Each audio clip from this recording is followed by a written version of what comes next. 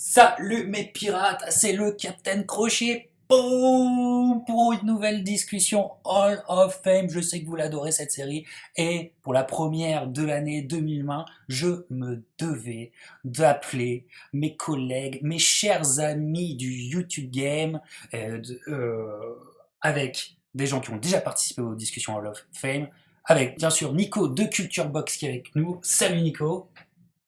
Salut les pirates! Et Boum! ouh là là, je n'ai pas vu le boom, tu me l'as mis en pleine mâchoire. Et aussi Antoine de 130livres.com. Salut Antoine. Salut les pirates! Ah, toi c'est des claques que tu mets. Moi c'est plus Salut simple. Antoine. Ouais, c'est plus sobre, plus classe. Voilà, alors Mais déjà pour commencer, à vous deux, bonne année.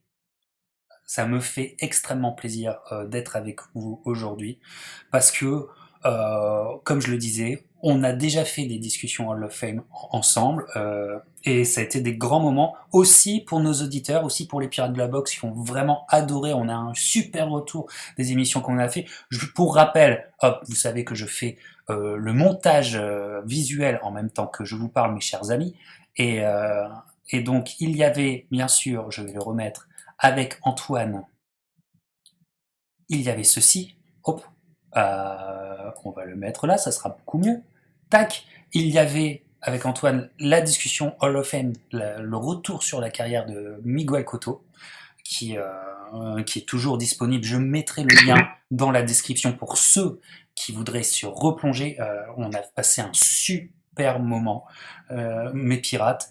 Donc ça, c'était bien sûr Miguel Cotto. Et puis, avec Nicolas de Culture Box, faut-il le rappeler, on a fait aussi une discussion Hall of Fame avec notre ami Marquez,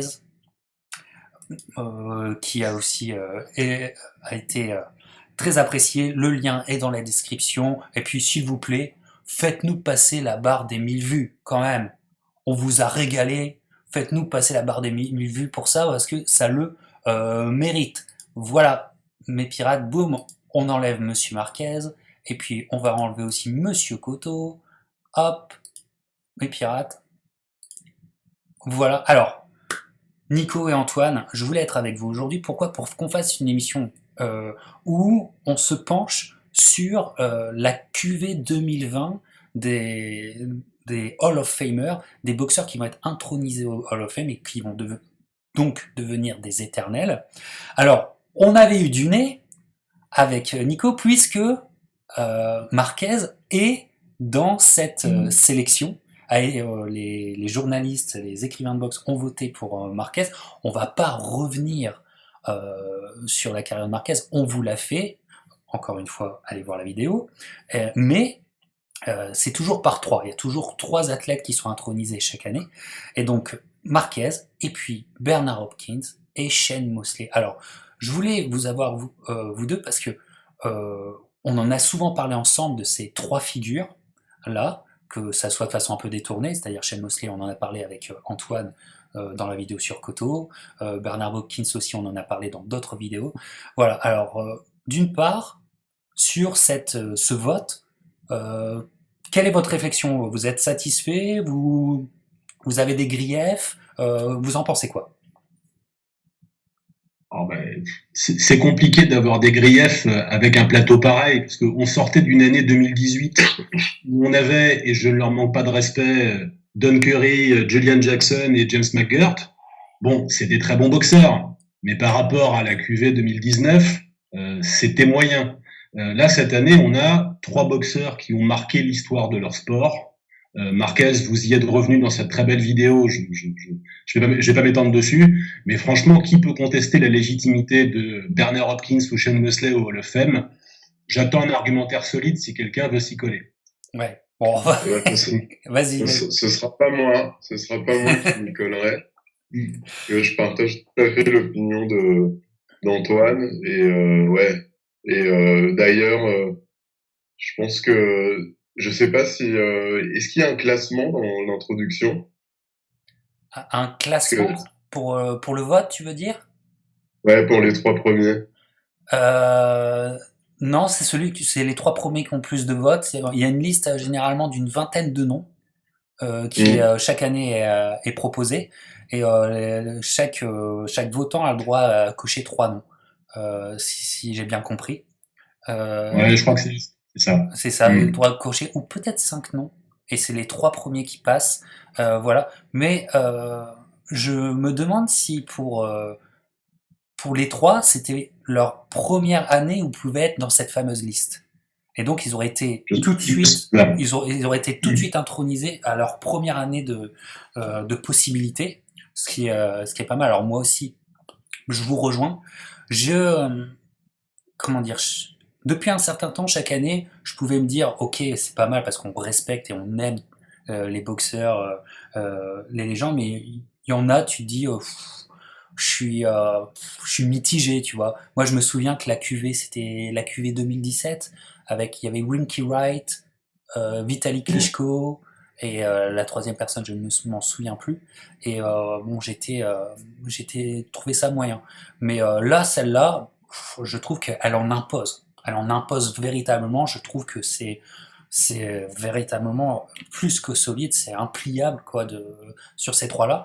À préciser aussi, c'est pas sur la photo, mais qui va avoir la première femme intronisée, la première boxeuse intronisée au Hall of Fame avec Christy Martin, hein, qui est une Ouais. grande boxeuse des années 90, voilà, à noter aussi, et que a aussi beaucoup. Avec, avec une histoire qu'on connaît peu, mais qui est complètement abracadabrantesque. Christy Vas-y, Martin. je t'en prie, je t'en prie, je t'en prie. Je voulais en parler, mais Alors, vas-y. j'avoue que ça, c'est un peu loin. J'avais écrit un article sur elle il y a, je sais pas, 8 9 ans. Mais, je crois qu'elle avait,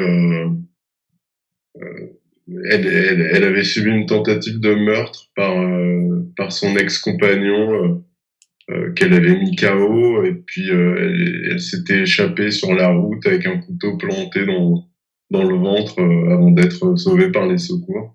Ah oui, une histoire horrible, hein. C'est très, Ouais. ouais, c'est, enfin Toujours pas bref, mal. c'est pas mal, hein. Voilà, les cassos américains, que jusqu'où ça peut aller, effectivement c'est ça. Mais l'histoire n'est pas finie avec elle. Parce que le savez-vous, elle a continué, ce qui a été fou, c'est qu'elle a pu continuer sa carrière, mais hein, ça l'avait complètement, elle était plus la même, ce qui est bien normal. Mais vers la fin de sa carrière, elle affronte elle perd contre une de ses adversaires, mais elles vont tomber amoureuses. Et Non. elles vont s'unir, elles vont se marier. Elles vont se marier. Elle est mariée avec une de ses anciennes adversaires. C'est une histoire incroyable. Incroyable, Christy Incroyable. Martin. Ouais. Une histoire incroyable. Et franchement, ça a été quand même une figure des années 90. Bon, elle était dans les soirées de Don King. Les anciens, bon, oui, on a pris un coup de vieux, mais on s'en souvient. J'allais dire les anciens s'en souviennent, c'est-à-dire nous. Mais moi, je suis très content pour elle. Franchement, je suis ravi pour elle. Je trouve que pour que ça soit c'est bien que ça soit elle la première. Voilà. C'est clair. Ouais. C'est bien que ça soit elle la première. Et donc, voilà. Alors, Bernard Hopkins, B-Hop, ou The Alien, ou The Executioner, il a eu tellement de surnoms pendant sa carrière. Et puis Sugar Shane Mosley, c'est des noms que moi, de toute façon, j'avais dans mon viseur pour faire des Hall of Fame discussions. Le problème c'est que si véritablement tu veux faire une Hall of Fame discussion, comme on a l'habitude de faire, c'est des vidéos qui font 6 heures, quoi. Si tu veux être complet, si tu veux régaler, et donc ça devient très très compliqué. Et donc on va être forcément succinct, on va essayer de faire deux en un, deux légendes en une, on va faire ce qu'on peut, donc forcément il y a des choses qu'on va qu'on va passer rapidement, mais mes amis, commençons, allez, tout honneur au plus ancien des deux, voilà, on va commencer tout de suite avec B-Hop, voilà. Bernard Hopkins. Alors, comme d'habitude, je sais toujours ma question initiale. Comment avez-vous découvert Bernard Hopkins? Et n'ayez pas peur, Vas-y, Nicolas. ne soyez pas Eh timide, ben, messieurs. bizarrement, je crois me souvenir avoir découvert Bernard Hopkins quand il s'est fait battre à 2 reprises par Jermaine Taylor. Ok. À l'époque, Taylor était une sorte de phénomène invaincu. Et il avait su prendre la mesure de Biop. Ça restait serré, mais ouais. Ouais, et puis après, il s'est petit à petit installé dans mon paysage. Et je crois que sa première victoire qui m'avait vraiment impressionné, c'était celle contre Kelly Pavlik, donc qui était, enfin qui s'en, à mon avis, s'en est jamais remis, et qu'il avait complètement fait tomber de son piédestal. Et je crois que c'est un combat qui exprime bien ce dont est capable Bernard Hopkins, puisqu'il avait complètement désarticulé la boxe de Pavlik.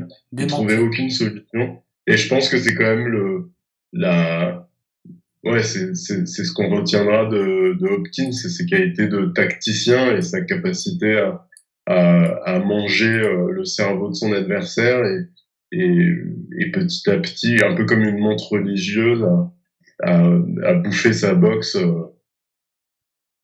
jusqu'à la victoire, quoi. Ah ouais. Je sais pas si vous êtes d'accord. Ah, de façon scientifique, Antoine? Complètement d'accord. Je me rappelle, mon premier souvenir d'Hopkins, c'est une victoire assez comparable à celle que tu as évoquée, Nicolas. C'était son succès sur Trinidad. On est au tout début des années 2000. Voilà. Et en effet, à l'époque, la star, c'est Tito. Hopkins est un type dont l'image est celle d'un vétéran solide, mec de valeur, qui a une défaite contre Roy Jones, mais qui depuis a bien bossé. Il prend pas les projecteurs, pas du tout. Le tournoi qui est organisé pour unifier la ceinture des moyens à l'époque, tout est fait pour sacrer Tito, qui montait des welters, des super welters. Et puis arrive l'anicroche, c'est-à-dire que Trinidad se retrouve face à Bernard Hopkins.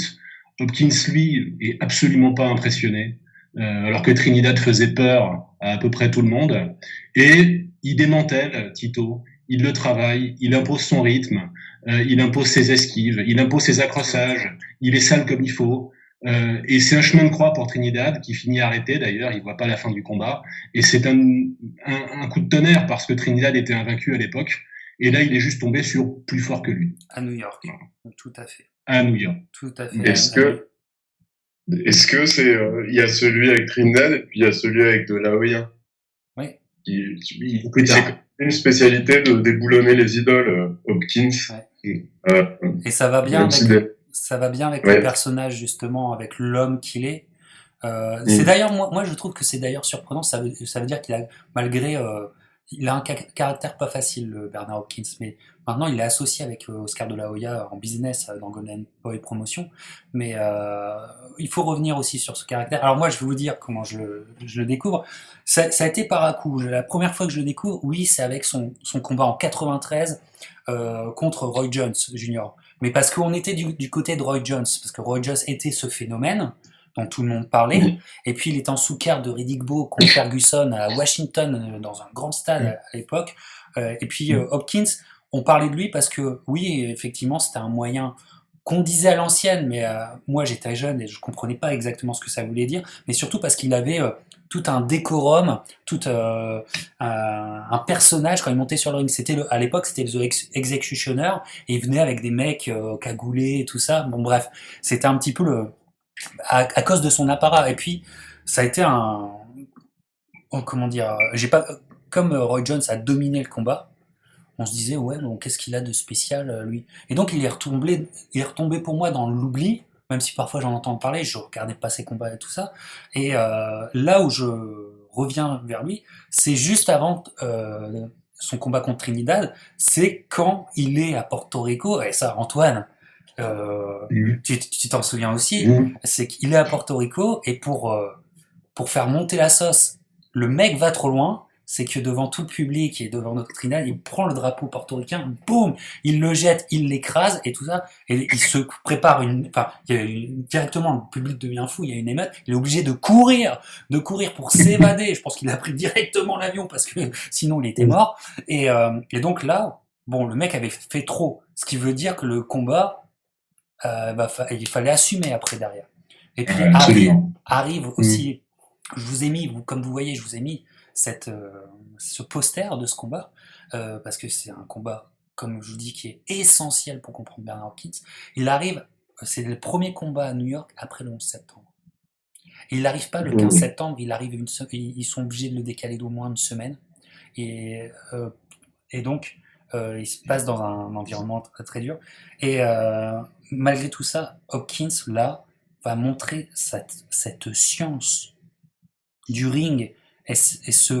En fait, il démontre un boxing IQ face à Trinidad qui est monstrueux, parce que Trinidad finit, c'est un des pires KO, enfin, c'est un KO terrible que Trinidad prend. Mais j'ai véritablement l'impression que ce KO est le résultat, la résultance, je ne sais pas si ça se dit, mais le résultat d'un travail méticuleux commencé au premier instant jusqu'au KO. Il l'a, comme vous dites, il l'a démembré, etc. Donc là, franchement, c'est une victoire à montrer dans toutes les écoles de boxe. Dans toutes les écoles de boxe, que t'aimes ou que t'aimes pas le B-hop. Et donc, à partir de là, il va changer de carrière. Et il change de carrière à 37 ans. Il gagne contre Trinidad à 37 ans. Il a une vie. N'oubliez pas qu'il a passé plus qu'une décennie en prison, qu'il était un champion, mais dans le système carcéral.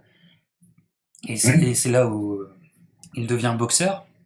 Et donc, en fait, il commence sa carrière déjà très tard. C'est déjà fini, normalement, quand il commence sa carrière. Normalement, ça devrait être fini.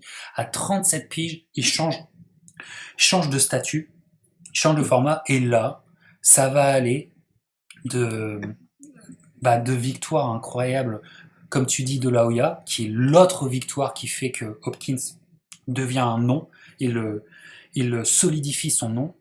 Moi, j'ai encore un souvenir vivace de 2005, comme tu dis, les 2 combats contre Jermaine Taylor, parce que il avait tendance à m'agacer, Bernard Hopkins, mais profondément. J'étais tellement à fond pour Taylor, je te raconte pas comment j'étais à fond pour Taylor. Mais il faut reconnaître, et là, j'ai mis du temps à le reconnaître, hein. J'étais de mauvaise foi, mais c'était des combats compliqués, serrés, et qu'il était encore, c'est passé tout juste, même si je vois quand même Taylor gagner. Et là, ça aurait dû s'arrêter. Il se renouvelle encore, comme si là, je n'avais pas d'emprise. Il se renouvelle pour aller chez les mi-lourds, directement. Il fait moyen mi-lourd. Il fait une leçon parce qu'il donne des leçons. C'est ça qui est agaçant avec lui. Il donne une leçon de boxe à Tarver. Leçon de boxe. Pavlik, parce que Pavlik, il enchaînait KO sur KO. Et Pavlik, il le démembre, alors qu'on pense que Pavlik peut le tuer. D'ailleurs, à l'époque, on disait, est-ce que Hopkins peut faire dérailler le train Pavlik? C'était comme ça qu'on envisageait les choses. Donc là, sur le cul. Et puis moi, j'ai eu l'occasion de voir de mes propres yeux. Et je vais vous mettre hop. Alors, excusez-moi mes pirates. Comme je vous dis, je fais. Voilà. Contre Jean-Pascal La Revanche au Centre Bell de Montréal, qui était un Centre Bell franchement rempli, bouillantissime. Je m'en souviendrai toujours. Pour moi, il était aussi bouillant que Pascal contre Boutet, qui arrivait plus tard, où c'était aussi très chaud. Mais là, c'était très très chaud. Et le Hopkins a fait une leçon de boxe à 46 ans. Il a, encore une fois, complètement annihilé un Pascal qui était jeune et véloce. Bref, là, il fallait se rendre à l'évidence. On était en face d'une légende absolue de la boxe, au même titre, à mes yeux, au même titre qu'un Archimour. Au même titre qu'un Archimour. Qu'est-ce que vous en pensez, les gars? À quel moment, pour vous, il établit totalement sa légende définitive?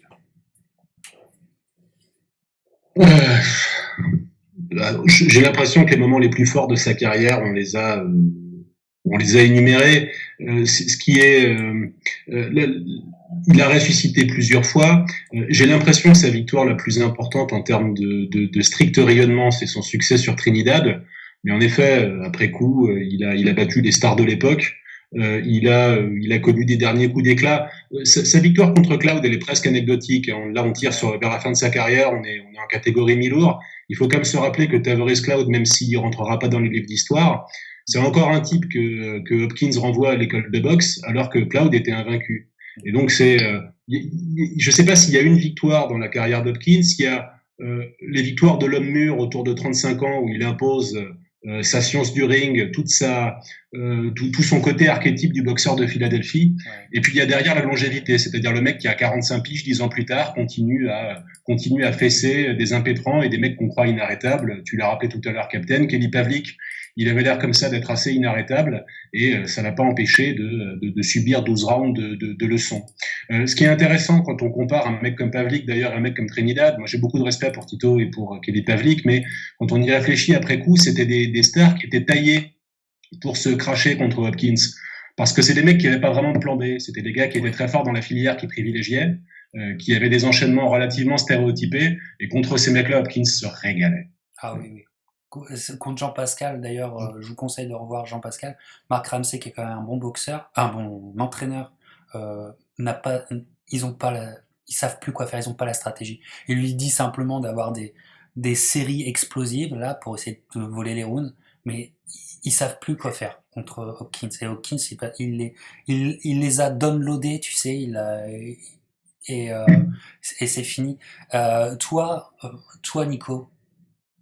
Ouais, mais moi, ce que je trouve le plus marquant, en fait, c'est les derniers combats, qui sont pas les plus brillants, évidemment, mais où tu vois vraiment que la maîtrise technique et tactique, et le fait que Hopkins est chez lui sur le ring, c'est-à-dire que on n'a jamais vu Hopkins dans n'importe quel combat, même ceux qu'il a perdu, en panique sur un ring.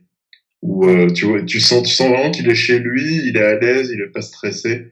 Et il est à 120% de ses capacités pour résoudre l'équation que lui propose son adversaire, et lui en proposer de son côté une insolvable, insolvable. Et du coup, vraiment ces derniers combats sont super marquants parce que à chaque fois qu'on lui mettait un nouveau challenger, ou d'ailleurs pas forcément challenger, mais un nouvel adversaire plus jeune, plus fort, plus explosif, on était quasiment tous persuadés qu'il allait finir par mordre la poussière, et à chaque fois il réussissait avec Jean Pascal, avec Tavares Cloud, à tel point que quand on a vu, d'ailleurs je me demande si on l'a pas vu ensemble, Antoine, chez JC, le Kovalev. Non, je crois que j'étais tout seul, mais bon, peu importe. Et ben le Kovalev, moi je m'étais dit peut-être qu'en fait il va battre Kovalev. Enfin, ça défiait tellement les lois de la physique et de la raison que. Moi aussi, j'ai un souvenir aussi. Je me souviens très bien ce soir-là, ce que je faisais devant l'écran. Et c'est peut-être ce combat-là où on sent que là, il passe peut-être de l'autre côté de la montagne, et peut-être que là, il décélère. Ça s'est senti surtout de la fin. Mais Kovalev dira que son combat le plus compliqué, où il est allé au bout de lui-même, c'était contre Bernard Hopkins. Parce qu'il fallait dégager un tel niveau d'énergie pour le bloquer, pour le bloquer et dominer le round. Et il l'a dit dans une interview, son combat le plus difficile où il est sorti éreinté, c'était contre Bernard Hopkins. Mais d'ailleurs, si je peux me permettre, tu dis un truc qui est très très juste par rapport à comment les adversaires se boxent Hopkins. C'est-à-dire que la kryptonite d'Hopkins, c'est des niveaux d'énergie au-delà de la normale. Tu vois, Joe Calzaghe et Roy Jones, c'est typiquement des boxeurs qui sont pas du tout académiques et qui ont un niveau d'énergie et une explosivité qui est un truc d'extraterrestre. Ouais. Du coup, c'est pas étonnant que ce soit ces boxeurs qui aient posé le plus de problèmes à Hopkins. C'est-à-dire que ils sortent du livre de la boxe, tu vois. Ils proposent des choses que qui est complètement inédit. Ouais. Kat Tag et Roy Jones. Si tu proposes à Hopkins quelque chose qui rentre dans les standards du noble art, bah, t'as quand même 99% de chances de repartir Broadway. Et c'est vrai que Kovalev proposait quelque chose qui était très textbook, qui était très classique, sa boxe d'Européen hyper léché, mais assez standard autour du 1-2. Et c'est un combat qui domine clairement, mais on sent que si jamais il avait relâché ne serait-ce que d'1%, de 5% sa performance, Hopkins lui aurait mis la misère. Simplement là, la nature le rattrape, tu l'as dit, Captain. Et il y a quelque chose de très touchant à la fin du combat, parce qu'il va au tapis au deuxième round, et là on se dit, mais putain, le papy de 50 balais, il va dérouiller, parce que Kovalev en 2014, c'est un monstre. C'est objectivement, physiquement un monstre. Il marche sur tout le monde. Et Hopkins tient. Et c'est peut-être sa dernière grande réalisation sur un ring, mais il va tenir. Il tient aussi, d'ailleurs, il finit le 12e round, alors qu'au 12e, Kovalev n'arrête pas. Il Il lui lui en met. un bouillon. On se dit, mais putain, mais il n'y arrivera pas, il n'y arrivera pas. Et Hopkins, limite, sourit. Il prend les pains et il sourit. Et il tient jusqu'à la fin du putain de 12e round. Il sait très bien qu'il va perdre le combat, mais il l'aura tenu. C'est assez incroyable pour un mec de cet âge. À quel âge? Très philosophique, ça. Très bon. Mais moi, en tout cas, la figure d'Hopkins est devenue très très importante. Pourquoi? Parce que il a réussi à devenir une légende sans être. C'est bizarre, hein, parce qu'il est quand même. Je répète, c'est quelqu'un qui ne doit pas être très agréable, mais sans être de mauvaise foi. C'est-à-dire en étant dans tous les paramètres de sa boxe, c'est-à-dire quand il fallait être dirty, il y était. C'est-à-dire que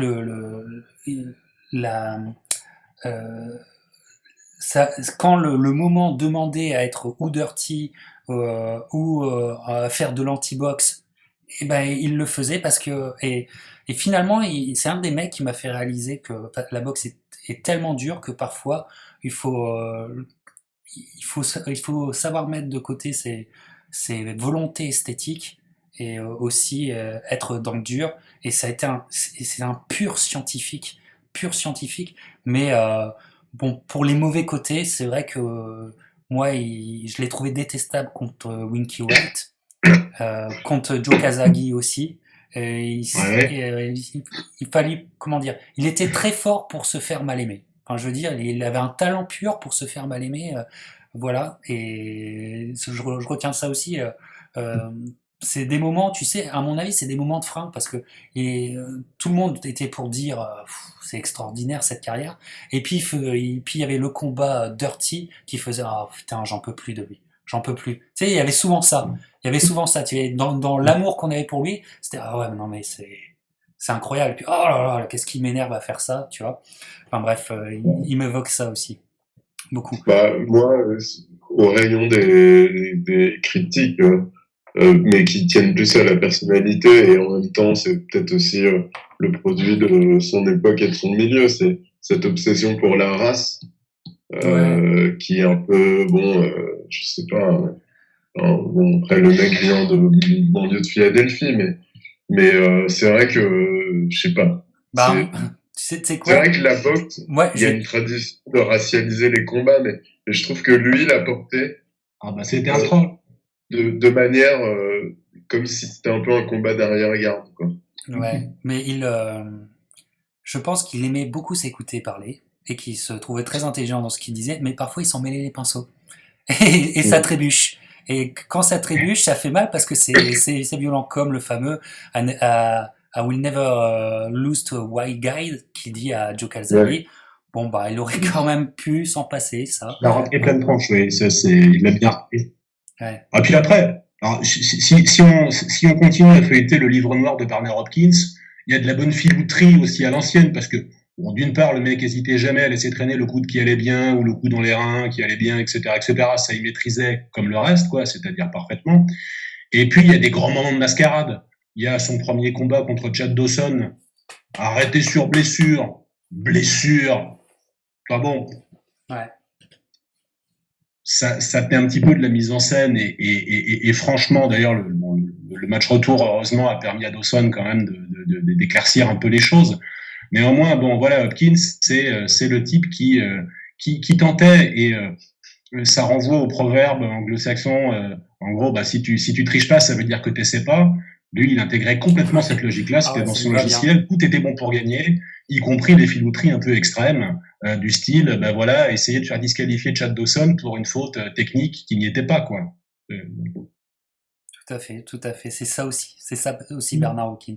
C'est ça aussi, ouais, vraiment. Je sais pas si vous aviez vu passer ça à l'époque, mais il y a quelques années, il avait fait une série de petites vidéos avec le Ring Magazine pour leur version digitale, où il décortiquait des coups et des enchaînements dans un ring. Et ça, c'est vraiment top. Tu sens que vraiment tout est calculé au millimètre près, quoi. Ah ouais, c'est un professeur. C'est un professeur. Il a fait sur la fin d'HBO aussi. Il a fait ça pour HBO sur la fin. C'était vraiment pas mal. Vraiment pas mal. Alors, pour finir avec le cas Hopkins, allez, votre top 3 combats à proposer à nos pirates qui ne connaîtraient pas pour se plonger dans le phénomène Hopkins. Vas-y, Antoine. On va certainement avoir peut-être les mêmes combats, mais allons-y, Emma. Alors, c'est quand même assez chaud. Alors, je vais essayer de faire de l'évident et du moins évident. Bon, il faut absolument que tout le monde regarde le combat contre Trinidad, parce que c'est juste un modèle. Voilà. C'est un super fight où il démontre, au plus haut niveau qu'il soit, à quel point c'est le professeur, à quel point c'est celui qui sait, et à quel point c'est pas un mec, ne serait même du calibre de Trinidad, qui l'empêchera d'avoir son moment de gloire. Ça, c'est magnifique. Je vais prendre un combat de son début de carrière. Alors, il est déjà champion du monde, mais il est relativement méconnu. C'est un combat contre Joe Lipsy, un mec qui s'appelle Joe Lipsy et qui n'a plus boxé après avoir affronté Hopkins. Parce que ça a duré 4 rounds, que Lipsy était donc invaincu, qu'il a fait un peu le beau, qu'il a fait un peu le show, qu'il a un peu dansé autour d'Hopkins. Hopkins l'a cadré. Pendant 4 rounds, il a étudié, il l'a regardé. Et il l'a fini, c'est très brutal. Regardez ça, c'est pas très long, hein, c'est sur YouTube et puis ça dure que 4 rounds. Hein. Ça montre ce que pouvait être Hopkins aussi, c'est-à-dire pas forcément un type qui allait dans la tranchée pendant 12 rounds, mais qui finissait le combat quand il le pouvait. En l'espèce, il n'avait pas sur un coup un très gros punch, mais contre Lipsy, il trouve le timing qui va bien et c'est magnifique, c'est monstrueux. Et puis, c'est un peu la même démonstration que contre Trinidad.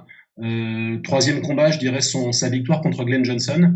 À l'époque, Glenn Johnson, finalement, est invaincu. C'est un type qu'on a vu boxer ensuite pendant des années et des années.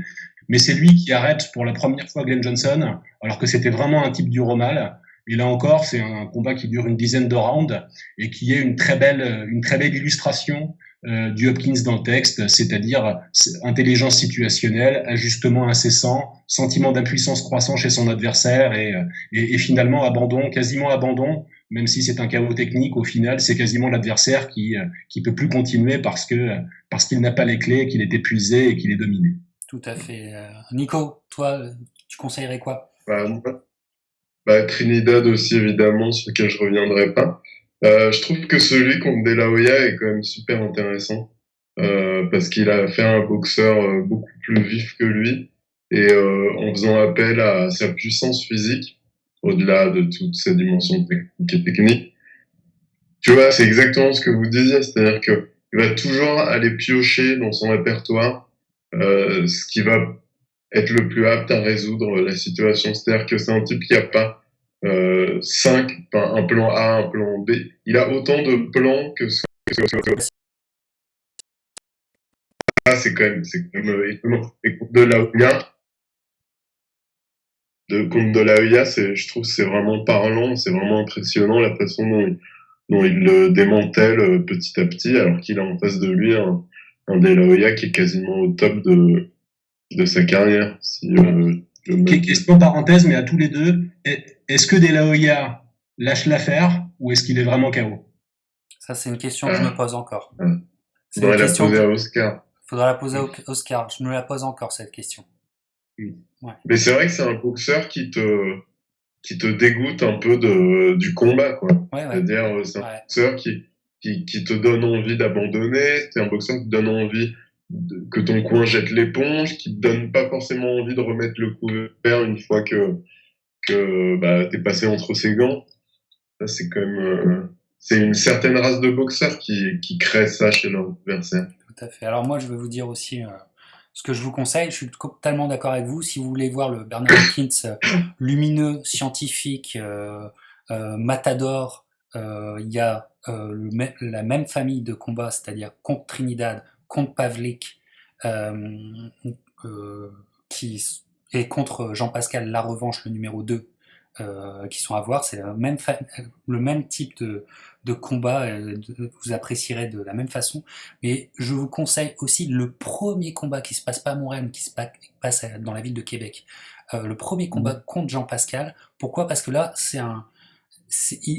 comment dire, ok, il tire de l'arrière. Jean Pascal a un démarrage tonitruant et il met 2 knockdowns. Alors Hopkins dira que sur les 2 knockdowns, il y en a un, et c'est juste une glissade, mais bon, il y a 2 knockdowns qui sont comptés dès, si je me trompe pas, avant le 4e round.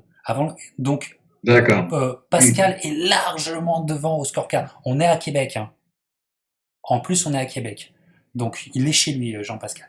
Et là, vous allez voir une remontée fantastique. Il n'y a pas de knockdown du côté de Hopkins, il n'arrive pas à mettre un knockdown. Mais il va démembrer. En sachant qu'il tire de l'arrière. Pour que, à la fin du combat, tu te dis, mais il est devant. Il est devant. Le combat sera annoncé match nul, et d'où la revanche qu'il y aura après.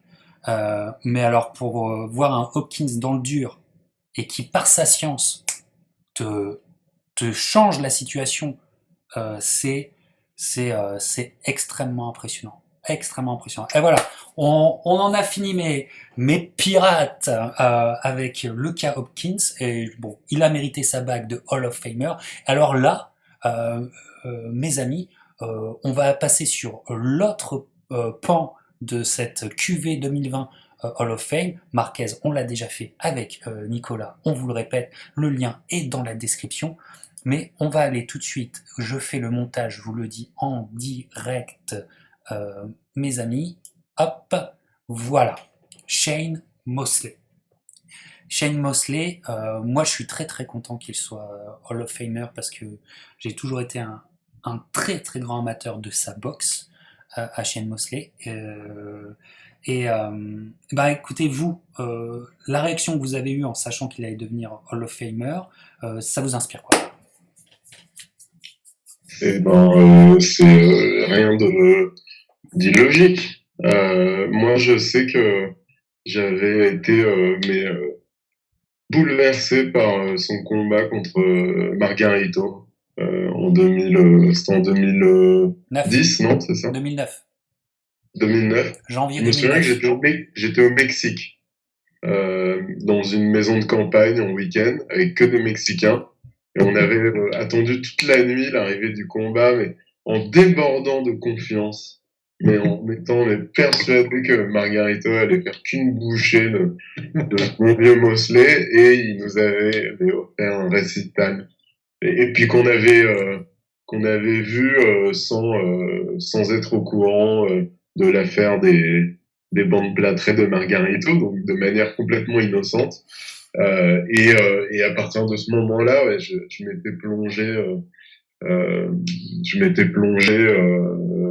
a posteriori sur toute sa carrière, et c'est vrai que c'était un boxeur très complet, très dynamique. Il y avait une certaine, je sais pas, une technicité. Je sais pas, c'est vraiment pour moi le mot qui revient, c'est vraiment le mot complet, parce que c'est un type qui savait tout faire, en fait.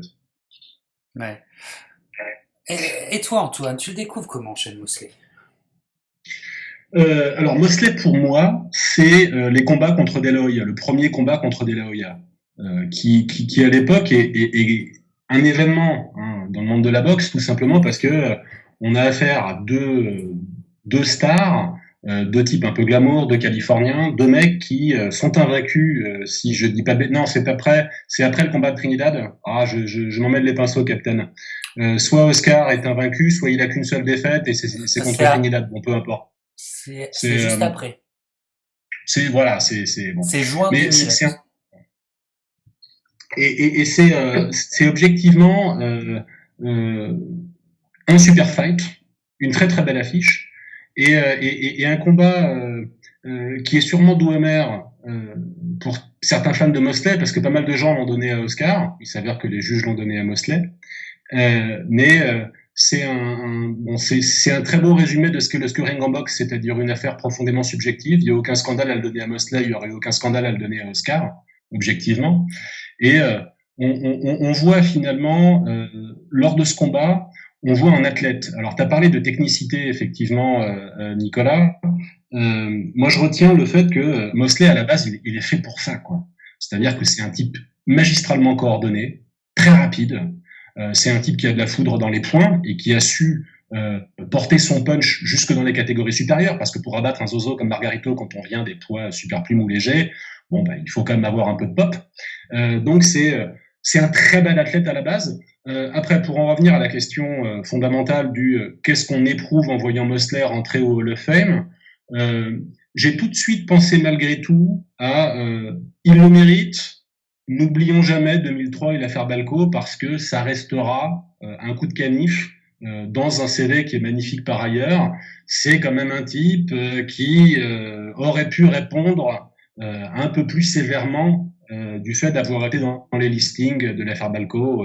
Je rentrerai pas dans le détail, renseignez-vous si vous le souhaitez, je m'adresse aux auditeurs, mais voilà, il y a cette... Pour moi, Mosley, c'est magnifique, mais j'oublierai jamais cette affaire-là. Ah, ça a été une déception. Ça a été une vraie déception, tout à fait. Mais on va en reparler.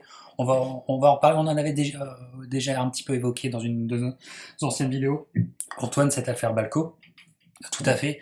On va en reparler. Et comme toi, Antoine, moi, Mosley, je le découvre vraiment ce soir-là contre De La Hoya.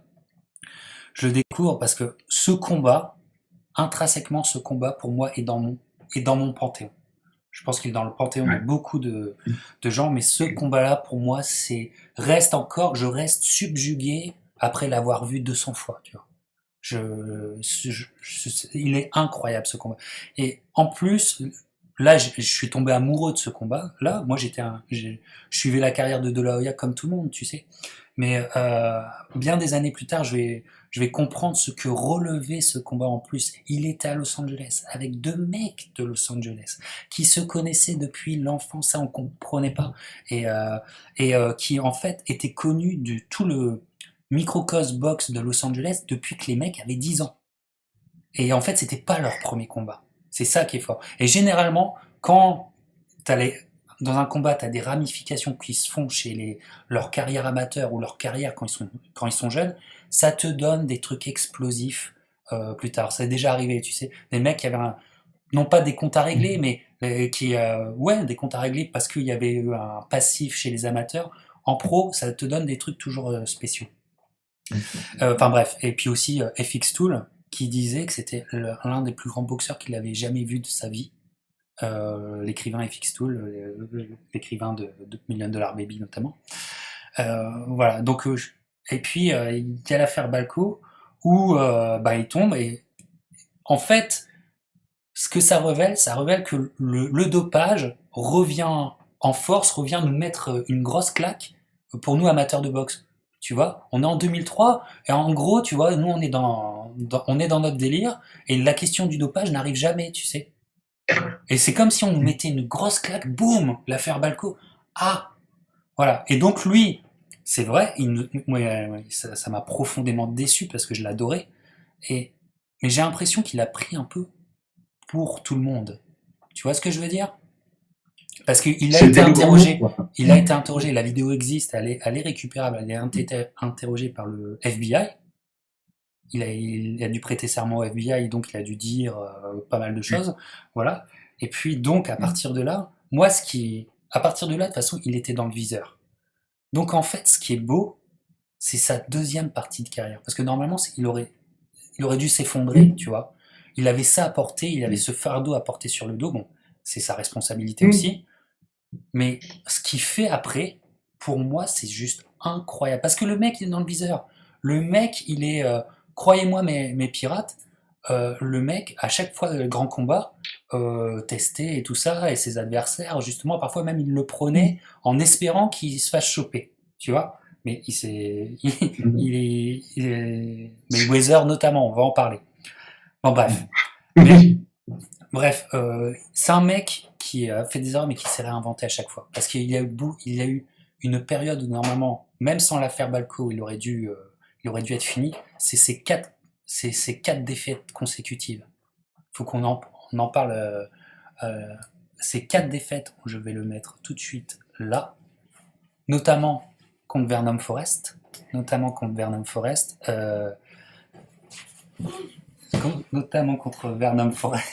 J'ai la petite qui vient m'embêter. Ah voilà, la mini pirate, voilà, qui est plus intéressée par Frozen que par Vernon Forest. On t'explique. Voilà. Alors bon. Merci à toi. Cette période-là, vous l'avez vécue a posteriori, ou qu'est-ce que vous en pensez du mec qui se réinvente après ces 4 défaites consécutives?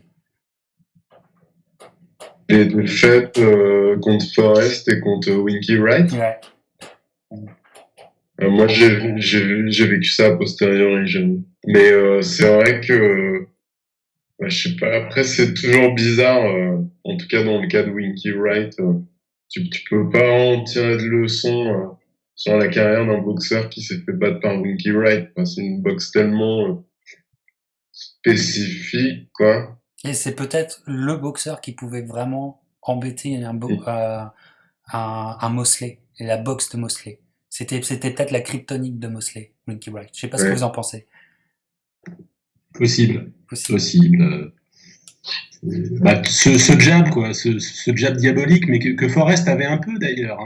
Pour battre Mosley, effectivement, il fallait le garder à distance, il fallait imposer le rythme du combat, il fallait casser l'avantage de vitesse qu'il avait quasiment systématiquement sur ses adversaires.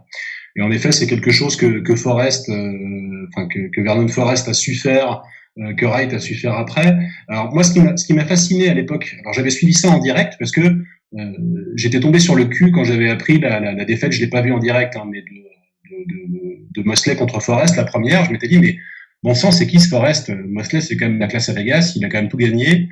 C'est le meilleur dans son sport. C'est Vernon Forrest.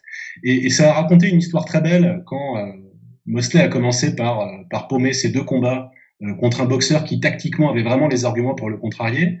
Ensuite, il s'est fait aplatir 2 fois par Mayorga, qui était un type qui n'était pas du tout censé pouvoir lui causer de tracas, et qu'ensuite Mayorga a perdu pour boucler la boucle, alors certes un peu plus sur le tard, mais contre Mosley.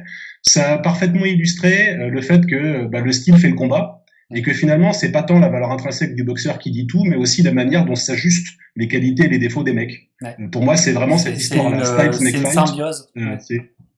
Voilà. Tout à fait. Tout à fait. Alors moi, justement, l'après Balco, on va dire l'après revanche contre De La Hoya, où là, De La Hoya on s'est fait carotter, mais il y a toute la deuxième partie de carrière où Mosley devient même un tueur de carrière, quoi. Et il se réinvente, il renaît, j'ai l'impression, Mosley, en 2006 avec ses 2 combats contre Vargas. Ouais. C'est la renaissance de Mosley. Il est quand même diablement efficace contre les mecs qui avancent et boxent de manière très généreuse, voire un peu large. Ouais. Et ça, face à la vitesse et au coup d'œil de Mosley, ça pardonne pas. Vargas, Mayorga, Margarito, c'est un peu des boxeurs qui se ressemblent, et c'est vrai que il y a rien de pire que de boxer comme ça pour boxer Mosley, parce que c'est un type, j'ai du mal à formuler mon idée, mais c'est une espèce de, c'est un type qui est difficile à toucher, qui te punit, en fait. Je crois que c'est un type qui punit de manière très efficace les éventuelles erreurs de ses adversaires. Du coup, je crois que pour battre Mosley, il faut être vraiment irréprochable en termes pugilistiques, et des mecs comme Vargas ou c'est pas Mayorga ne l'était pas, évidemment. Ouais, et puis ce qui est fort, comme le dit souvent Antoine, ce qui est fort, c'est de voir son rapport à la puissance, même dans des grosses catégories. Parce que ce qui est vraiment beau à voir avec Mosley, qui est un mec qui est toujours toujours bondissant sur ses appuis, qui est un travail de hanche qui est extraordinaire, c'est comment il a réussi à garder la puissance. Et moi, j'adorais regarder ces combats où il plaçait sa puissance, tu sais. Ça boxait, parfois ça boxait à la touche, tout ça, et tu voyais quand Mosley choisissait de mettre sa puissance, et ça se voit dans le combat contre Margarito, où là c'est vraiment flagrant, et c'est un des rares boxeurs, je trouvais, où on voyait ça, on apprenait de lui comme ça, mais là maintenant, Mosley sera à tout jamais aussi un round, et j'ai envie de vous faire réagir mes deux pirates là-dessus, tout de suite. Hop, vous savez de quoi je parle, mais je vais le mettre en affiche. Peut-être contre Skype. Attends, voilà, j'ai un petit peu de mal avec mon petit système. Hop, voilà. Alors, les gars, il faut en parler. Il faut en parler. Le round de l'espoir. Le round de l'espoir. Voilà. Les gars, parce que comme tu le disais, comme on l'a dit déjà dans la vidéo, où il y a des combats, on sait où on était, avec qui on était. Voilà, moi je sais où j'étais ce jour-là, je m'en souviendrai toute ma vie, tu vois. J'étais à New York et on était dans une rue où il y avait sur Manhattan, où il y avait des bars sportifs et on était dans la rue, on regardait à travers la vitrine, les écrans du bar, on arrivait à voir. Donc on était la moitié de la rue était blindée de gens qui mataient le combat à travers la vitrine et on était fous sur ce round. On était fous. Après l'espoir s'est vite évaporé, mais on était fous dans la rue. On était fous. Alors, et vous?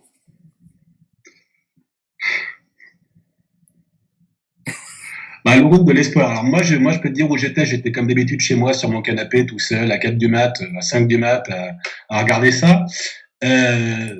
En fait, c'est un combat. Alors c'est le round de l'espoir, comme très justement dit par Nico, mais c'est aussi le round de l'interrogation, parce que bon, on sait tous que Floyd est un garçon qui sait parfaitement s'ajuster pendant un combat.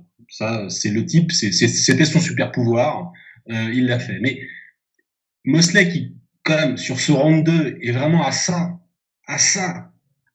de mettre sa tête à Floyd, et il est celui qui est passé le plus près, historiquement, il se rabat derrière sur une tactique relativement stéréotypée. Il se reconvertit en chasseur de tête, alors que Shane, il savait travailler au corps, il savait travailler à la tête, il savait à peu près tout faire. Et il se replie assez frileusement dans une filière hyper simpliste. Et Floyd le bouffe comme un BN, alors que objectivement, il était à ça. Et ça, c'est, j'ai pas compris ce qui s'est passé en fait dans la tête de Mosley. Dans la tête de Floyd, évidemment, il s'est adapté, c'est un ordinateur, etc. Que s'est-il passé dans la tête de Shane pour que passer à ça du Graal, il lâche presque l'affaire. Je comprends pas. Je comprends toujours pas. Moi, je l'ai lu de manière un peu différente, ce combat. J'ai l'impression que Mosley, vraiment, on peut fixer le point d'apogée de sa carrière, et qui est, à mon avis, le combat contre Margarito, et le début de la pente savonneuse, qui commence peut-être juste après cette droite du deuxième round, où j'ai eu l'impression, après c'est assez subjectif, qu'il avait appliqué à merveille son game plan et rentré sa droite, et que tout d'un coup, le réservoir était vide, et que le reste du combat, il avait plus cette accélération qui est nécessaire à ce niveau-là, et d'autant plus contre Floyd Mayweather. Et tous les autres combats qui ont suivi, je sais pas si vous avez ressenti ça, mais après, il y a un petit côté réservoir vide, quoi. Ça me fait trop mal. Ouais. Moi, ça me fait trop mal. Je ne regarde pas son combat contre Pacquiao, je ne regarde pas son combat contre Canelo. Je peux pas. Ça me fait trop mal. Ça me fait trop mal. En plus, sportivement, c'est des combats qui sont très pauvres. Objectivement, l'intérêt. Il y est plus. Je pense qu'il est monté que pour l'argent, pour des mauvaises raisons. Voilà, moi, Mais mais je garde euh, cette. Vas-y. juste pour terminer, je pense que le combat contre Floyd, c'est encore une fois une preuve supplémentaire du talent, de la perception de Floyd Mayweather à prendre ses adversaires Quand il faut. pile au bon moment. Parce qu'il le prend un an avant, Mosley a le gaz Ah ouais, pour enchaîner, quoi. je suis d'accord. Mm. Je suis d'accord. Et surtout, qu'ils l'ont. Surtout que plus il vieillissait, Mosley, mais c'est cette renaissance 2006, janvier 2009, parce que c'est janvier 2009 le combat contre Margarito. Mais 2006-2009, il boxe beaucoup. Il Mm. s'impose un rythme et donc une rigueur de travail qui va l'aider pour sa boxe et pour son âge, qui va Mm. véritablement l'aider. C'est pour ça que contre Mayorga, il arrive à le finir au 12e round, alors que je pense que s'il n'avait pas eu autant de combats rapprochés avant, il pouvait peut-être pas passer, tu sais, cette fameuse seconde, tu sais, ce second souffle, Ouais. comme on dit. Et, et si je me souviens bien, entre Margarito et le combat contre Floyd, il n'y a pas de combat de Mosley. Non, il y a Non, un c'est an juste de ça. après. Hein. Parce que, en fait, Floyd, comme tu l'as rappelé, Nico, avait un certain sens du timing pour prendre ses adversaires, mais il faut aussi lui reconnaître un truc, c'est qu'en général, il prenait tous ses gars, quand on prend les 10-15 derniers combats de sa carrière, en général, et c'était aussi une question de business, il les prenait à un moment où il sortait d'une grosse victoire. Et pour Mm. Mosley, il l'a pris justement après le succès contre Margarito, qui avait refait monter sa cote de façon hyper significative. Ouais. Ouais. Mais je pense qu'ils étaient en tractation avec Mosley depuis très très longtemps, ce qui fait que Mosley, il a fait plus d'un an sans boxer à ce moment-là. Et là, je Ouais. pense que ça a déréglé la machine. Ça a déréglé la machine. Il fait 15 mois sans boxer à ce moment-là. Ouais. Et Ah oui, ça a joué.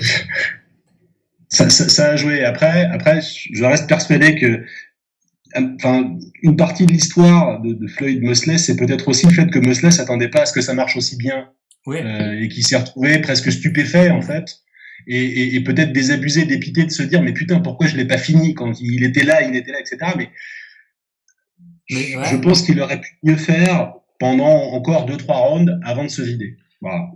Mm. Tu sais, il y a la peur de gagner, comme on dit là dans le sport, il y a cette expression, la peur de gagner. Mais je crois que lui, il y a eu la surprise de gagner. Tu vois, Ouais. je pense que le mec était aussi surpris que nous à voir Floyd tout descendre et remonter. Et c'est là que Floyd aussi, qu'est-ce qu'il encaissait. Qu'est-ce qu'il a Ouais, il encaissé. a fait un menton, Combien dans le roster de l'époque des Walter, tu reprends tous les Walter de l'époque, cette droite-là, Mm. qui n'est fini pas à manger, quoi. Il est, il est dingue ce ouais. Floyd, il est dingue, il nous aura rendu fou ce Floyd, il nous aura rendu fou. Voilà, en tout Juste cas, vas-y. En tout cas, on en finit là pour cette QV 2020 des Hall of Famer, une QV qui nous vraiment qui nous fait plaisir, que je trouve qui est à la hauteur de ce que doit être le panthéon de la boxe. Véritablement, et on est tous d'accord. Maintenant que je vous tiens, mes pirates, Nicolas de Culture Box, allez sur le site Culture Box si vous ne l'avez pas encore fait, superbe site. Antoine de 130livres.com, allez sur ce blog d'Antoine qui fait aussi, qui nous donne par écrit ses sentiments face aux grands combats à chaque fois qu'ils arrivent, et aussi face aux grands livres. Tu nous fais des très beaux textes, Antoine. Allez, 130 livres, regarde, c'est là, c'est juste là. Voilà. Et Je fais une seconde de teasing. Le prochain bouquin que je chronique est un bouquin sur la boxe. Voilà, c'est la biographie. Ce sera la biographie de Rocky Marciano qui vient de sortir en français chez Ring. Voilà, Excellent. d'accord. Eh ben, écoute, c'est très intéressant. Bon, on va te lire avant de certainement peut-être l'acheter ou pas. Voilà. On suit les conseils d'Antoine. Alors, en parlant de littérature, parce que si j'en ai bien deux qui peuvent vous donner des conseils littérature, que ça soit boxe ou non, c'est quand même Nico et Antoine, hein, c'est pas pour rien. Faut-il le rappeler aussi, mes pirates, beauté du geste de notre ami Nicolas, beauté du geste, hein, il est là, beauté du geste. Je l'ai déjà chroniqué moi dans une vidéo où je faisais les chroniques de mes livres de boxe. Voilà, vous pouvez voir ce que j'en pense. Je mettrai le lien aussi dans la description. Mais beauté du geste toujours disponible dans votre bonne librairie à côté de chez vous. Allez-y, c'est aux éditions Le Tripode. Voilà. C'est toujours là, c'est toujours près de moi quand je fais des émissions, Nico. Bon alors, mes pirates, j'ai un pirate dont je suspecte qu'il est en train de monter qu'il monte une page de boxe qui va avoir de plus en plus de succès, je lui souhaite en tout cas. J'ai un pirate qui s'appelle Pirate Anaël, qui est fou de littérature et qui savait que vous allez venir dans l'émission et qui voulait vous demander, et je fais le lien, qui voulait vous demander ce que vous pensiez de livres que lui a beaucoup aimé. Alors je mets comme ça, alors essayez d'être succinct pour qu'on fasse quelques livres et pas seulement un. Voilà, si je vous dis, et je pense que vous avez beaucoup aimé ce livre, de W.C. Hines, Ce que cela coûte, votre sentiment face à ce livre que vous avez certainement dû lire? Moi, personnellement, j'ai beaucoup aimé ce livre. Je trouve que c'est un des meilleurs livres qui a été écrit sur les camps d'entraînement et sur l'intimité de toute la faune qui peuple les camps, c'est-à-dire le boxeur, les sparring, l'entraîneur, les soigneurs. Je trouve que c'est vraiment un livre très intéressant du point de vue documentaire et puis un livre d'une grande sensibilité et puis avec une plume très américaine, d'un journaliste très américaine qui va droit au but sans fioriture. Donc je conseille vraiment, moi, franchement. Je crois que Antoine aussi, c'est un livre qui t'avait beaucoup plu. T'avais écrit dessus. Hein. J'ai fait un billet dessus. Je vais faire très sobre. Pour moi, sachant que c'est un roman, pour moi c'est le meilleur roman sur la boxe. Voilà. C'est ce que disait Hemingway. Ça nous fait un point commun. Voilà, ça colle. Hemingway qui est toujours aussi ici à côté de moi. L'esprit d'Hemingway quand on fait des chroniques. Hein. Tout à fait. Bon, alors aussi, on vous demande comment vous situez le talent de cet auteur très connu dans le monde de la boxe, mais sur Norman Mailer et ses écrits de boxe, notamment le combat du siècle. Vous trouvez quoi? Alors, Mailer, sur ce bouquin-là en particulier, sur le combat du siècle, vraiment deux remarques. La première, c'est que il s'est un peu perdu quand il essaye de parler, parce que le contexte d'Ali Foreman, évidemment, c'est le contexte du Zaïre, c'est l'Afrique, c'est le choc entre le sport professionnel américain et le continent africain. Mailer, en gros, essaye de se perdre un peu au début du bouquin dans pas mal de réflexions philosophiques sur l'âme africaine, la civilisation africaine, etc. Et franchement, ça vend pas grand-chose. Voire, vu de 2019, c'est parfois un chouïa raciste. En revanche, quand il se met à parler de boxe, et vraiment rien que de boxe, en particulier les 40 dernières pages du bouquin qui sont la description du combat, là, c'est sublime. Voilà. Pour décrire un combat, il était majestueux. D'accord. Ouais, je suis très d'accord avec toi, Antoine. Et puis, il y a aussi des scènes d'entraînement, notamment au début où il est dans un camp d'entraînement d'Ali, encore aux États-Unis, et il décrit comment Ali diffuse dans son corps l'impact du coup de ses sparring partners de manière à les amortir. Et ça, c'est une description assez longue qui est absolument brillante. Après, ce qui est marrant, ce qui est agaçant et ce qui est marrant avec Mailer, c'est que il a un ego complètement hors de contrôle, mais en même donc ce qui est très désagréable, en tout cas moi me gêne dans son œuvre. Mais ce qui est rigolo dans le combat du siècle, c'est que il a affaire à un type, Mohamed Ali, qui a un ego encore, qui en a un plus gros, ou une plus grosse, si vous voyez ce que je veux dire. Et ça, finalement, peut-être à son insu, ça donne au bouquin une dimension assez jouissive. Ouais. Disons qu'il ose égratigner Ali comme peu de gens le font, tout en le respectant. Il le considère comme un rival. C'est ça qui est vachement intéressant. Ah ouais, non, mais Miller, il était. Il, il avait un. Comment dire une perception de lui-même. Je sais pas si ça allait rester à sa place parfois avec des boxeurs, mais bon. Mais bon, un sacré personnage, hein. Enfin, culturellement, c'est un sacré personnage aussi. Alors, on nous demande aussi, alors moi je vais aller très vite parce que on me demande, et tu vois, là, je vais vous montrer, tu sais, parce qu'il reste toujours avec moi, il reste toujours avec moi, proche de moi, c'est FX Tool. Et bon, moi, FX Tool, comme pour vous, certainement, ce que vous avez dit avec Heinz, pour moi, FX Tool, c'est un maître. Oui. Et c'est, bon, moi qui aimerais me considérer comme un apprenti écrivain, pour moi, c'est un maître absolu. Un maître absolu. Euh, euh, j'ai j'ai rarement ressenti le fait de voyager avec un auteur, de, de vivre, de respirer avec un auteur, de manger avec un auteur, enfin bref, et de vivre la boxe avec quelqu'un, pour moi c'est extraordinaire. J'en ai déjà tellement parlé que j'ai pas envie de rabâcher les mêmes choses, mais il est incroyable. Et je sais pas pourquoi, peut-être je me trompe, mais je le mets souvent en corrélation en famille d'écrivains par rapport à leur thème, par rapport à comment ils envisagent leurs personnages ou les descriptions d'hommes et de femmes qu'ils font.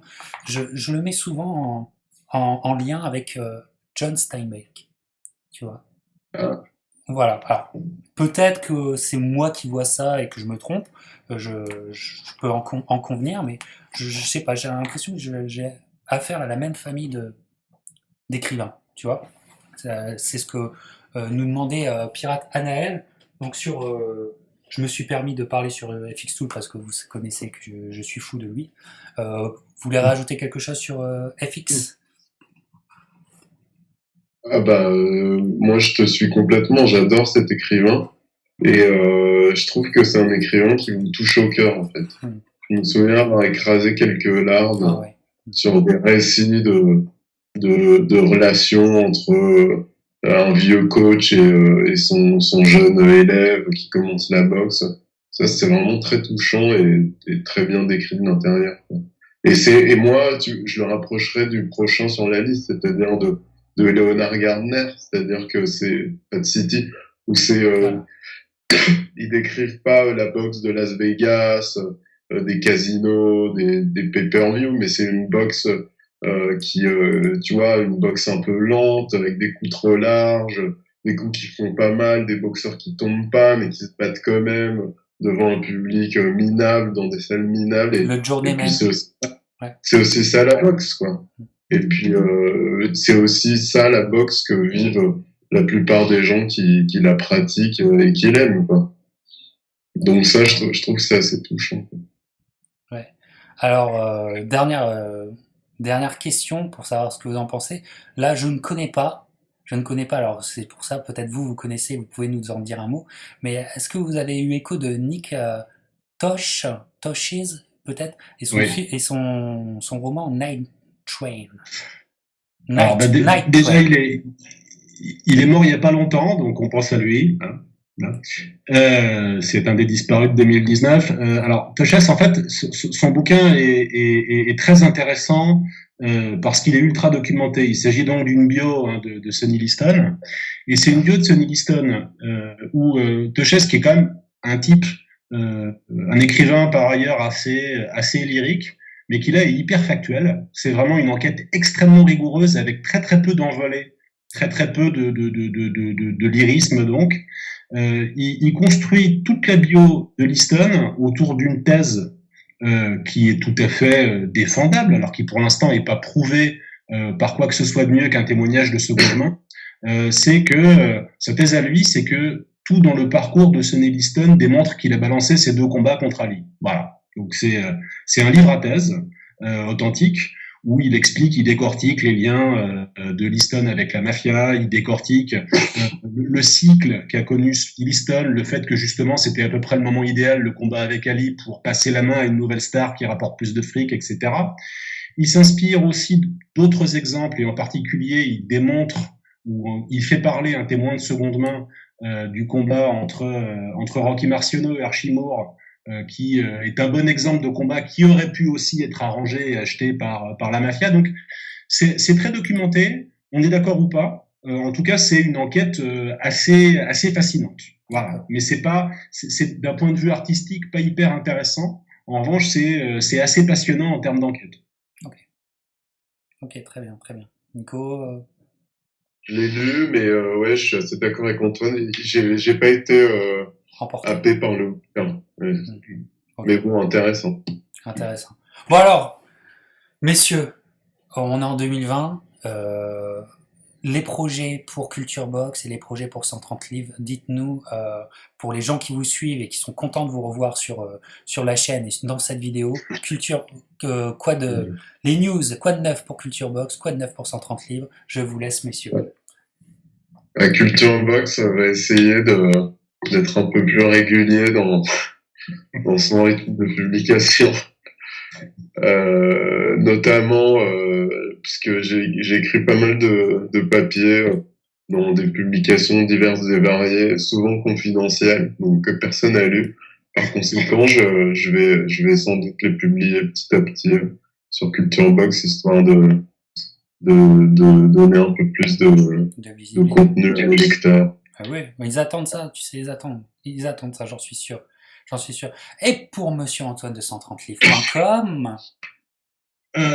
Alors, pour cette année, ce sera un peu comme tu l'as dit, et un peu comme la précédente. En fait, au fil de l'eau, je fais un article hebdo qui résume un peu la semaine, aussi bien question bouquin que question box. Donc ça, je vais m'y tenir.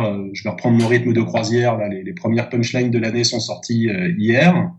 Et puis sur les projets d'articles à proprement parler, il va bien falloir, et je t'en parle en connaissance de cause, Captain, que je finisse par faire un vrai beau papier sur Wilfried Benitez, parce que depuis le temps qu'il me poursuit, il me poursuit. Donc il va falloir que je l'écrive. Faut que tu le sortes. C'est mon objectif pour 2020. Voilà. Il faut que celui-là sorte. Voilà. Tout à fait. Faut que tu le sortes celui-là. Et il y a rien de mieux que toi pour le faire en langue française. Je suis bien d'accord là-dessus. En tout cas, messieurs, ça a été un énorme plaisir de vous avoir comme d'habitude. On a réussi l'exploit à se tenir, à faire 2 Hall of Fame discussions en une vidéo. Merci beaucoup pour ce défi qu'on s'est lancé. Nico, tu voulais dire quelque chose peut-être ? Plus les livres. Plus les livres, voilà. Voilà, on rajoute du défi au défi. Voilà, c'est un pirate, c'était très important pour un pirate qui vous tient en grand respect, qui voulait savoir ça de vous. Donc, je l'ai fait pour lui. Voilà, mais en tout cas, moi, les pirates, vous savez, les vidéos, elles arrivent quand elles arrivent. Mais les chroniques du Capitaine Crochet, ça continue. On va essayer de faire de plus en plus fort. Je suis déjà en train de préparer la grosse vidéo de l'année. J'en suis à 12 heures d'archives. 12 heures d'archives, ça va être très très violent mes pirates, mais qu'est-ce qu'on va s'amuser, je vous promets, qu'est-ce qu'on va s'amuser, vous allez kiffer, j'en dis pas plus, bon ça arrivera genre février-mars, hein, tu vois, mais voilà, alors tenez-vous prêts, en tout cas, Antoine, Culture Box, Antoine, 130 livres, Nico, Culture Box, merci à vous, et on se voit bientôt, ciao les pirates, boum.